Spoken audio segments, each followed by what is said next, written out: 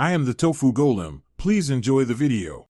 You begin by picking a roam hero with CC and sustain because you need to influence lanes early. Immediately buy wards and early boots. These let you rotate faster and control vision. Once done, ping mid and prepare to gank around the 1:32:30 mark. Move via river to avoid minion block and bring a restore or shield to secure kills. This opening creates early map pressure and denies enemy jungle safety, setting tempo for your team. You now focus on timing and coordination because successful roams hinge on synchronization. Rotate after clearing a wave or when an enemy mid is missing. Make sure to ping your intent so carries follow.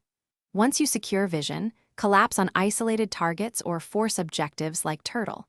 Also, track enemy ult cooldowns and only commit when their big tools are down. This method increases kill probability and preserves your team's health, making objective captures much safer and more reliable. You finish fights by peeling for your carry and controlling zones around Lord. Your CC secures picks and denies engage for the enemy. Once done, use flanks and vision denial to set traps rather than head-on clashes. If a roam attempt goes wrong, don't chase.